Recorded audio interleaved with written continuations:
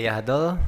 Somos el tercer grupo, está formado por Cristina Catalán Pajares, Arturo Rueda Romero y Carlos Ruiz Torres. Vamos a defender el proyecto de diseño de una estación compacta para tratamiento de agua potable para su transporte vía marítima en situaciones de emergencia. Vamos a dividir la presentación en diferentes partes. Inicialmente yo definiré la introducción y los objetivos y los antecedentes para un poco marcar la problemática de la que estamos hablando. Después realizaremos un estudio comparativo de las diferentes alternativas, atendiendo a las características un poco del agua y de la planta que vamos a diseñar. Después Cristina analizará la alternativa seleccionada y describirá un poco el proceso. Y finalmente Arturo realizará un estudio económico y sacará unas conclusiones. Bueno, pues el agua a lo largo de la historia ha marcado el desarrollo político y económico de los países, y en ocasiones ese desarrollo se ve ralentizado por la existencia de fenómenos externos como son los desastres.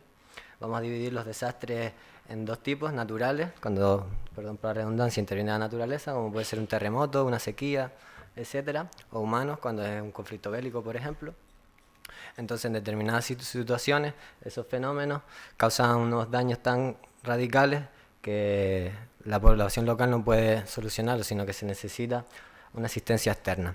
Aquí vemos una afirmación de la ONU que define muy bien la situación de emergencia, por si alguien la quiere leer. Pues entonces, ¿cómo relacionamos esas situaciones de emergencia a los riesgos y la vulnerabilidad? Pues bueno, los peligros son los fenómenos en sí, la vulnerabilidad representa la susceptibilidad de un sistema, una población, a sufrir un peligro. De ahí se define el riesgo a la situación de emergencia. Como podemos ver, se localiza principalmente en el este y sureste asiático y ligeramente en el sureste africano. Mientras que los conflictos armados se extienden a lo largo de todo el mundo, localizándose también en Oriente Medio y en el centro de África. Como podemos observar, principalmente son en países menos desarrollados que el nuestro. Nosotros tenemos la capacidad y la resistencia de hacer frente a estos fenómenos. Sin embargo, determinados países menos desarrollados necesitan la asistencia externa, ¿no? Existen muchas técnicas de asistencia, entre ellas destaca la que nosotros vamos a representar, que son tratamientos portátiles que permiten el abastecimiento de agua de forma directa, por lo que estas son las principales características y objetivos que nos buscamos. Queremos que el proceso sea rápido, económico y eficiente, ya que vamos a encontrarnos con contextos de muchas dificultades. Necesitamos que sea transportable, para eso vamos a usar un contenedor T40 y buscamos que abastezca a una población aproximadamente de 5.000 personas. Bueno, antecedentes. En 2010 la ONU declaró que el agua y el saneamiento como un derecho humano. Sin embargo, eso contrasta con la realidad que vivimos en el planeta. La mayoría de muertes que existen en el mundo no son por guerras, ni sida, ni nada, sino son enfermedades en las que interviene el agua. Algunas como que se transmiten directamente a través de ella, como puede ser la cólera o el diarrea, y otras en las que existen vectores que permiten la existencia de determinados insectos o animales que transmiten enfermedad, como puede ser la malaria y el paludismo. De ahí de que hoy en día este tipo de plantas existen con mucha frecuencia a lo largo de todo el mundo. Ahí podemos ver una imagen, por ejemplo, de Haití y un ejemplo de una planta compacta. La nuestra sería de un tamaño mayor. Pues entonces, ¿cuáles son las características que buscamos en nuestra planta? Buscamos procesos sencillos, que sean versátiles y que tengan accesibilidad a muchos lugares. Buscamos que el mínimo consumo energético y de reactivos químicos para que repercuta en un menor coste del metro cúbico. Buscamos garantizar la calidad exigida internacionalmente en el tratamiento y que son procesos de alto rendimiento. Este sería un ejemplo del contenedor que vamos a usar, un TIR 40. Tiene dos puertas frontales y dos puertas laterales para favorecer el acceso y la accesibilidad, etc.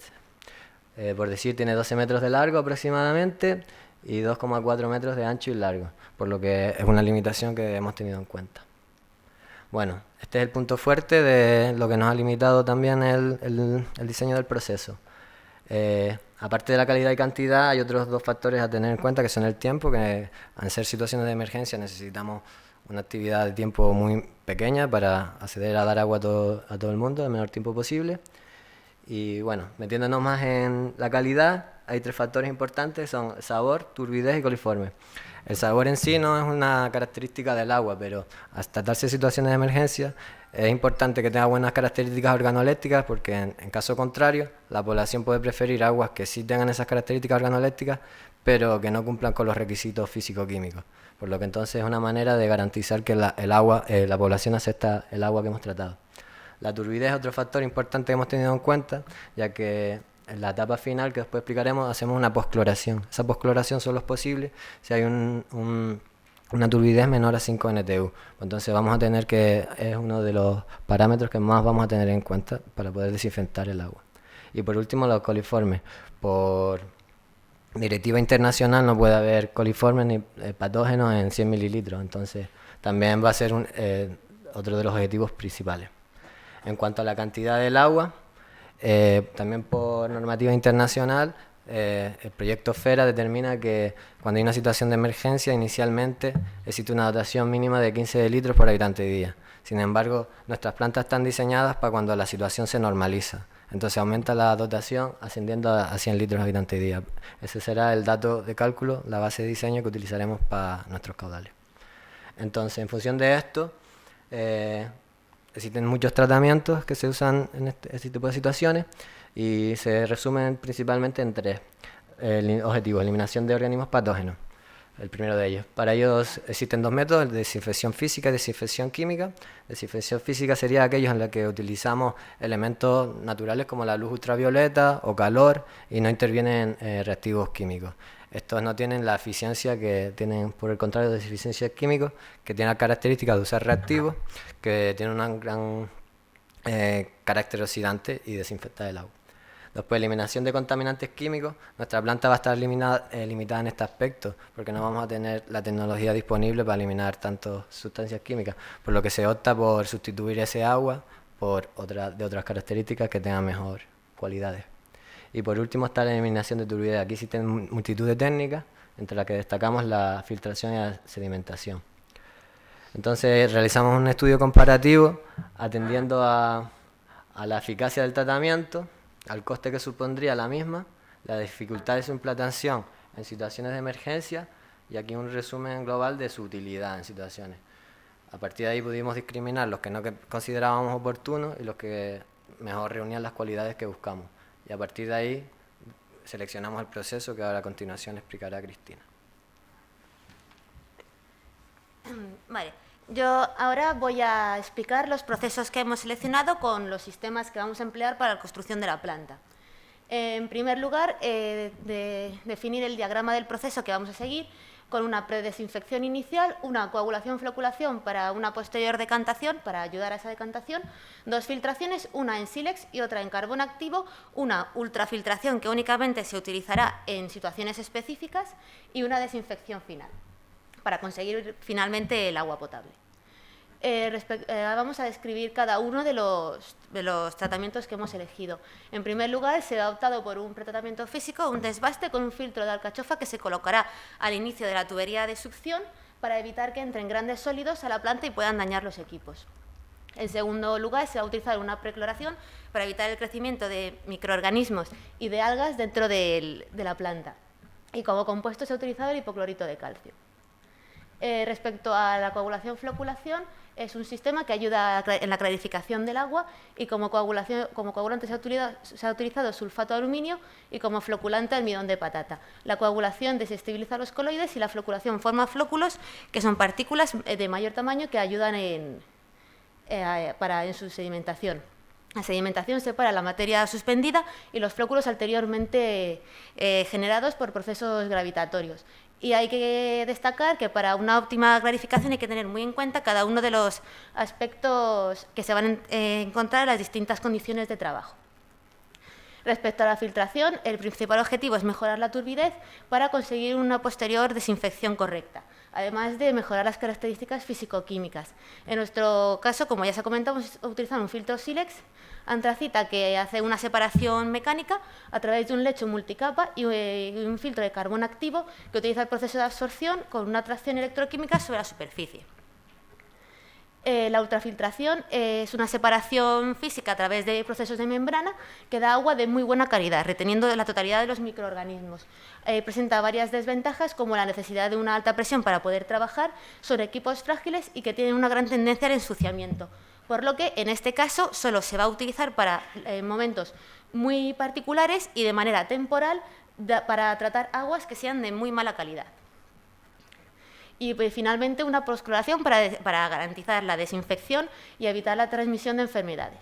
Y también se va a utilizar hipoclorito de calcio. Respecto al diseño, primero explicar la dotación, aunque ya la ha comentado más o menos Carlos. El diseño se ha realizado para una aproximación de abastecer a 5.000 personas con 100 litros por persona y día. Cabe destacar que, según el proyecto Esfera, con los 15 litros por habitante y día que da en situaciones de extrema emergencia, utilizando nuestra planta sería capaz de abastecer a 33.000 personas. Y también destacar que la planta únicamente va a trabajar 16 horas al día en 2 turnos de mañana y tarde. Respecto al diseño del sedimentador, se ha elegido un sedimentador lamelar, ya que estos equipos son capaces de aumentar la superficie de filtración gracias a las lamelas. En este caso, se llega a 16 metros cuadrados de superficie de filtración por cada metro cúbico de equipo. El coagulador floculador va a ser de tipo laberinto, ya que estos sistemas permiten, de una manera muy compacta y ocupando muy poco espacio, garantizar tanto los tiempos de retención como las necesidades de mezcla que necesitan estos dos procesos. Y en este caso va a ir colocado sobre la pared del sedimentador. El filtro de Silex antracita se han colocado 2 unidades, cada una representando 2 líneas, cada una tratando la mitad del caudal de forma paralela. Se han colocado las 2 líneas para el caso de que un filtro falle o esté durante el proceso de lavado, pueda continuar el funcionamiento de la planta. Aquí se observan algunas de las características del equipo y destacar que este sistema trabaja con una presión de 3 bares. Y para el filtro de carbono activo igual, se utilizan 2 unidades, estas son las características del equipo y destacar que en este caso necesita 5 bares. La ultrafiltración únicamente se va a tratar en los procesos en los que sea necesario el 60% del caudal, mezclándose posteriormente con el otro 40%, cuyo tratamiento final es el carbono activo, para conseguir una pequeña remineralización. Estas son las características del equipo de ultrafiltración y cabe destacar la capacidad que tiene de tratar agua de muy mala calidad, viendo los diferentes parámetros que es capaz de admitir. Respecto a los equipos auxiliares, destacar que no participan directamente del proceso de tratamiento del agua, pero sí son totalmente necesarios para el funcionamiento de la planta. Hay que destacar como equipos de bombeo la motobomba, que es el sistema encargado de conducir el agua desde la fuente de extracción hasta la planta, y tiene que ser un equipo móvil, que sea capaz de transportarse y colocarse cercano a la zona de captación. Y los equipos de bombeo a presión, que son los que dan la presión necesaria para poder utilizar los equipos de filtro de Silex, filtro de carbono activo y ultrafiltración. Este último equipo se ha calculado que se necesitará un motor de unos 9 kilovatios. Respecto al grupo electrógeno, el principal objetivo de este equipo es dotar de electricidad de manera autónoma a la planta. Se ha calculado su potencia aparente en 74,085 kilovatios aparentes, sumando todas las potencias de los distintos equipos que se van a utilizar. Y finalmente se ha elegido un equipo de 5 kilovatios aparentes. Y respecto a las conducciones de bombeo, es decir, que se han utilizado 2 tipos de conducciones, una rígida y otra semirrígida. La rígida sería únicamente para la zona de succión, que va desde la zona de captación hasta la motobomba. Y la semirrígida se colocaría desde la bomba, desde la motobomba hasta la planta. Las dos son de PVC, ya que es un material con bajo peso, flexible y poco deformable. Y hay que destacar que se ha utilizado la conducción semirrígida porque tiene muy buen almacenamiento por el poco espacio que ocupa. Y ahora va a seguir Arturo con la dosificación, almacenamiento de reactivos. Bien. Antes de empezar con los reactivos, debemos decir que se han seleccionado estos reactivos por 3 condiciones. La primera, que se encuentren en forma sólida para así reducir en primer lugar el volumen, y en segundo, para permitir su transporte de forma legal. En segundo lugar, que sean rentables, y en tercer lugar, que sean eficaces. Estos reactivos son el sulfato de aluminio, el almidón de patata, el hidróxido cálcico y el hipoclorito cálcico. Debemos resaltar principalmente el hipoclorito en el caso de la postcloración, que se suministre en una concentración un poco mayor. Este supuesto lo hemos hecho para hacer un agua que se encuentra en muy mala calidad hasta el proceso de ultrafiltración. Esto es necesario para que así el agua se encuentre en unas condiciones ideales para mantener la calidad a la población abastecida. Estos reactivos se administrarán en el plazo de durante un mes con una dosis necesaria que aparece en la columna central, siendo necesario durante dicho mes una cantidad que aparece en la tercera columna. Pues bien, debemos volver atrás para ver todos los equipos y el contenedor que en él hacemos el transporte. ¿Se cumplen las limitaciones que en un principio se exigían? Pues sí, se cumplen todas. La altura.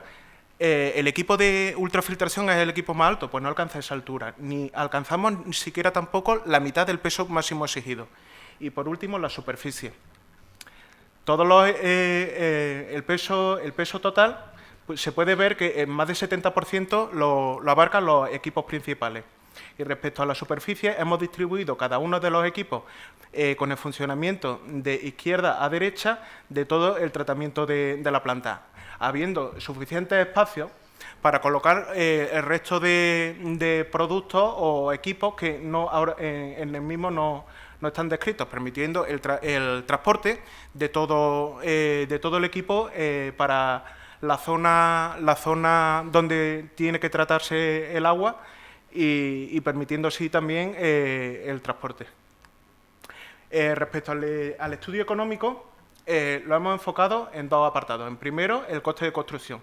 Nos supone un total de más de 90.000 euros, dirigidos principalmente en los costes a los costes principales, que son más del 70%. Si dividimos los costes principales por los equipos, vemos como los equipos de filtración y ultrafiltración son los más caros, quedando relegados a un tercer lugar los equipos de decantación, coagulación, floculación. Si vemos los costes de explotación y mantenimiento, los dividiremos en dos grupos, los costes fijos y los variables. Los costes fijos se subdividen en 4 apartados: personal, establecimiento, mantenimiento y varios. El personal abarca un coste medio, puesto que se va a contratar un grupo reducido de personas, ya que en caso de emergencia no van a estar dedicados completamente al mantenimiento y explotación de la planta. Como variable está el combustible, reactivo y transporte marítimo, con lo cual vemos que aquí el factor energético es importante, sobre todo en el transporte marítimo, que hemos hecho un supuesto desde cualquier puerto de España hacia Haití. Viendo todo esto, supone que los costes variables son el 63%. Subdivididos cada uno de los costes, vemos cómo están repartidos más del 50% en los gastos de energía. Esto nos supone que el agua, para un caso de emergencia, resulta sumamente barata, que pensábamos en un principio que iba a ser cara. Nos sale a 1,80 euros metro cúbico, considerando todo el proceso de tratamiento de agua, desde bombeo hasta ultrafiltración, y considerando también el transporte que hemos hecho desde España a Haití. Todo ello en el plazo de un mes. Como conclusiones, debemos considerar lo siguiente. En primer lugar, que nuestra planta está dentro de los márgenes de mercado, pudiendo competir con otros equipos que en caso de emergencia se encuentren. El precio no es excesivo de producción del agua, pudiendo competir con otros. Se cumplen todas las limitaciones exigidas para instalar la planta dentro del contenedor TIR y, por último, es adaptable a cualquier agua a tratar, desde agua en condiciones medias a agua muy malas.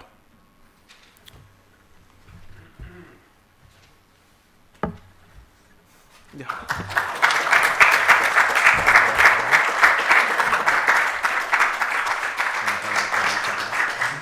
Bueno, pues enhorabuena también por el trabajo. Además, el tema pues se sale un poco de los proyectos habituales, con lo cual también daros la enhorabuena por haber elegido algo también un poco diferente a lo que es habitual.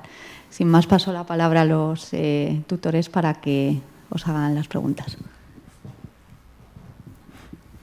Bueno, pues igual me adhiero a Carmen, creo que es Hemos pasado de 2 proyectos así más grandes, más importantes, a un económico, son miles de metros cúbicos por segundo, a un proyecto muy importante, y creo que enhorabuena por haberlo elegido, y me parece pues muy adecuado, ¿no? Simplemente pues tendría una pequeña reflexión, que cuando hablabais del precio de mercado, etcétera, pues estamos ante una emergencia, ayuda humanitaria. Entonces, pues bueno, pues quizás lo del mercado y el precio del metro cúbico pues es para otras cosas, ¿no? Aquí lo que hay que hacer es atender como se pueda y al precio que pueda, ¿no? Y en todo caso también incluso los costes de personal, etcétera, pues en muchos casos serán voluntarios, ONGs, etcétera, ¿no? Entonces probablemente esos costes fuesen hasta más reducidos, ¿no? Y simplemente os diría que, por ejemplo, veis la posibilidad de, no sé, de que Cruz Roja os comprase la planta, ¿se la vendemos? En realidad las plantas que usa Cruz Roja son mucho más pequeñas, entonces podría ser atractivo para ellos porque trata mucho más caudal y asiste a muchas más personas, entonces sí puede ser. Y respecto a lo del precio del metro cúbico, decir que hemos hecho como para ver que realmente se puede utilizar la planta. ¿Sabes? Que no es algo que no sea solo en teoría, que no sea algo lógico, sí. Dentro de lo que puede costar no es algo excesivo. No lo hemos hecho por otra cosa. Pues yo me uno, muchas gracias por el proyecto, es muy interesante ese tipo de plantas.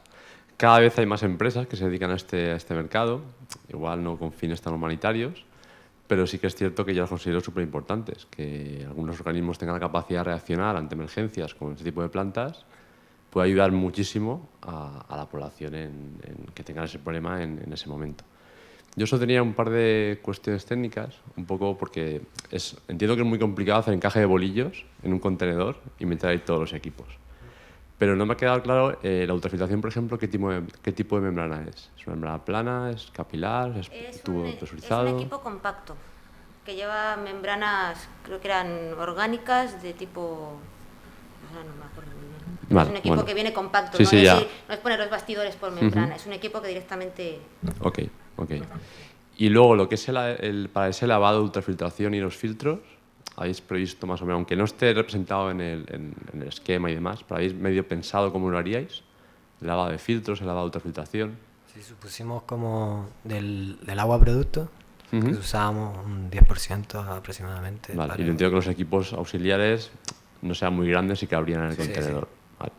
Pues nada, enhorabuena otra vez y muchas gracias. Gracias. Bueno, pues yo recalcarlo más todavía, la enhorabuena, porque sé que al final pues estáis muy cansados y demás, y bueno, pues ha sido por parte de los tres, que a través de correos electrónicos nos hemos estado hablando estas últimas semanas. Yo contaros un poco por qué puse como que se podía utilizar, propuse, mejor dicho, este tema para poderlo hacer como proyecto fin de máster, porque a finales de los años 90, parece que fue, en Nicaragua, parece que fue un desastre en Nicaragua, no, parece que fueron inundaciones o algo así, la cooperación española, a través de la Junta de Extremadura y demás, mandó una serie de técnicos, entre los cuales tuve la fortuna de poder estar, a intentar ayudar en la zona, en la recuperación y en el mantenimiento de los servicios que se pudiera. En aquella época lo que nos llevamos, o lo que nos pudimos llevar, fueron mera equipos compactos de filtración de piscina, o sea, un filtro de arena, que en algunos casos cambiamos algo de arena, el lecho de arena, quitamos algo de arena silicia y pusimos algo de carbón activo, y una bomba con un prefiltro de plástico de los que se utilizan en las piscinas, que tiene un tamaño de paso de 4 o 5 milímetros. Y con eso, pues tuvimos un montón de problemas. Afortunadamente, a principios de los años 2000, 2003, 2004, algunas empresas como Iveco, Filtramasa, Dinotec, Ditra, empezaron a hacer este tipo de plantas compactas, no tan completas como la que habéis hecho. Muy pocas plantas compactas ahora mismo en el mercado tienen una decantación y tienen un módulo de ultrafiltración o microfiltración, pueden tener alguno de anillas y demás, con lo cual muchas felicidades porque yo creo que está muy, muy bien hecho. Y bueno, como soy el tutor y lo propuse, la pregunta es muy sencilla: ¿por qué lo elegisteis? ¿Por qué lo elegimos? El problema fue buscar todos los tipos de modelos y ver cuál era el más adaptable. Estuvimos tanto con usted como con los profesores de agua y cooperación para ver cuál era el procedimiento de agua más idóneo sobre todo para el problema de meter todo el equipo dentro del contenedor, porque el problema ahí más que nada, nosotros no veíamos ningún problema con el peso, nosotros veíamos más que nada problema con el espacio. Y ahí, entre uno y otro, vimos que al final el equipo más propicio era este. Para empezar, mi más cordial enhorabuena. Me ha parecido un tema muy interesante, muy bonito, y lo habéis hecho muy bien. Yo solamente, más que una duda, una reflexión. Decís que lo lleváis a Haití, por poner un ejemplito, y que lo lleváis en barco. Pero lo sueltas en el barco y el agua habrá que buscarla más adentro. Es decir, el equipo tendrá que ir más hacia el interior, lógicamente, no va a estar solamente en la costa. Una pregunta, perdón un segundito. Una pregunta de un ignorante. ¿Un helicóptero puede arrastrar ese peso? No. Tiene que ser un avión preparado del tipo, a lo mejor, el Hércules. Ya, no, yo te digo para transportarlo dentro de la isla. Ah, dentro de la isla. Sí, sí. En camión, sí. Un camión puede adoptar el contenedor Sí. y lo puede ¿Y transportar. no podrías reducir el peso para, pues eso, que tengas que llevar vía aérea, etcétera? No. Reducir el peso no metiendo filtros de arena, porque con los datos que habéis dado, solamente la arena, si no me he equivocado, estamos hablando de 3.000 kilos, 4.000, es decir, por encima del 10% del peso total, un 15% es arena. Si se metiera otro sistema de filtración, a lo mejor se ahorraba bastante el peso y se daba mucha más utilidad a la planta. No lo consideramos porque en la normativa TIR que vimos de estos contenedores decían que se podía transportar vía aérea con aviones especiales, entonces despreciamos esa consideración. Muy bien, oye, muchas gracias. Y enhorabuena otra vez.